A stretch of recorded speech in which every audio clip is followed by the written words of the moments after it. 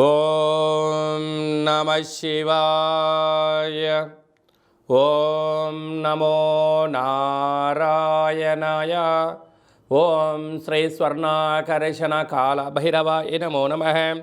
ఓం కాళకాలాయ విద్మహే కాళాతీతాయ ధీమహి తన్నో శ్రీ నరదృష్టి నివారణ కాల భైరవ దేవతాభ్యో నమో నమః. హరి ఓం.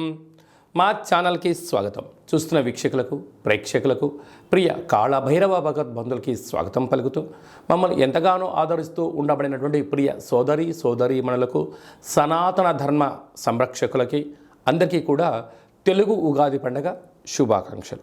అలాగనే వసంత నవరాత్రుల ప్రారంభోత్సవ అమ్మవారి యొక్క ఆశీస్సులు.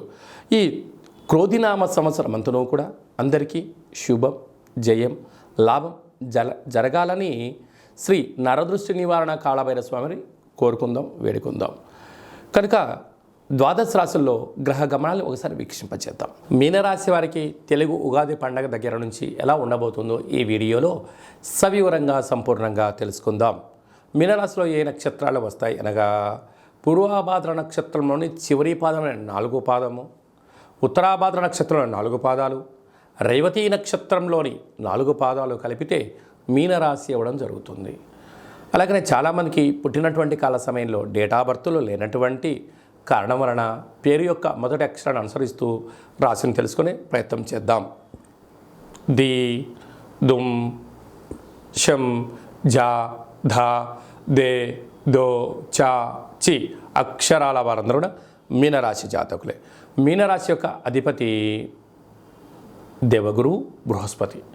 వీరికి ఒకవైపు ఏళ్లనాటి శని, రాశిలోని రాహు సంచార స్థితి, రాశిలోని రవిశుక్ర సంచార స్థితి, 2వ స్థానంలో బుధగురు సంచార స్థితి, సప్తమంలో కేతు, వ్యయంలో కుజశని సంచార స్థితి ఉండడం వలన కుజదోషము, ఏళ్లనాటి శని, రాహు రాశిలోని సంచారం చేయడం వలన స్వయం వృత్తులు, సేవారంగాలు, సాఫ్ట్వేరు, హార్డ్వేరు, గృహ భవన నిర్మాణ కార్యక్రమాలు చేసేటువంటి వారందరూ కూడా, ప్రభుత్వ ఉద్యోగ ప్రయత్నం చేసే వారందరికీ కూడా చాలా మంచి కాలం. కాకపోతే శత్రువులు పొంచి ఉన్నారు, అధికంగా ఉన్నారు. వృత్తులలో, ఉద్యోగాల్లో, వ్యాపారాల్లో అయినంత విజయం మీ సొంతం కాబోతుంది. కాకపోతే ఎక్కువ శాతంగా చోర భయం, రుణ భయం, అగ్ని భయం పొంచి ఉంది. కనుక మీ జన్మ నక్షత్రం రోజున పూర్ణిమ అమావాస్య తిథులయందున ఈ ఎలనాడు శని ఉన్నంత వరకు ముఖ్యమైన పనులను వాయిదా వేసుకుని ఉత్తమోత్తంగా భావించగలగాలి. అలాగా మీరు ఈ సంవత్సరం అంతరంలో విజయం సాధించగలగాలి అన్నట్లయితే మీరు ఎంత బరువు అయితే ఉంటారో అంత బరువు గల ఉప్పును తులాభారంగా చేసుకొని శివలింగాకారంగా ఏర్పాటు చేసుకొని రుద్రుడి యొక్క మంత్రాన్ని, శని భగవాను యొక్క మూలమంత్రాన్ని, రాహు భగవాను యొక్క మూలమంత్రాన్ని సంపుడీకరణ చేసి రుద్రాభిషేకం చేసుకున్నట్లయితే ఉప్పు నీటితోనే పుడుతుంది, నీటితోనే మరణిస్తుంది.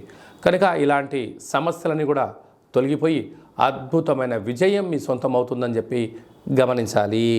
ఈ వీడియో మీకు నచ్చినట్టయితే లైక్ చేయండి, షేర్ చేయండి, మా ఛానల్ని సబ్స్క్రైబ్ చేసుకోండి.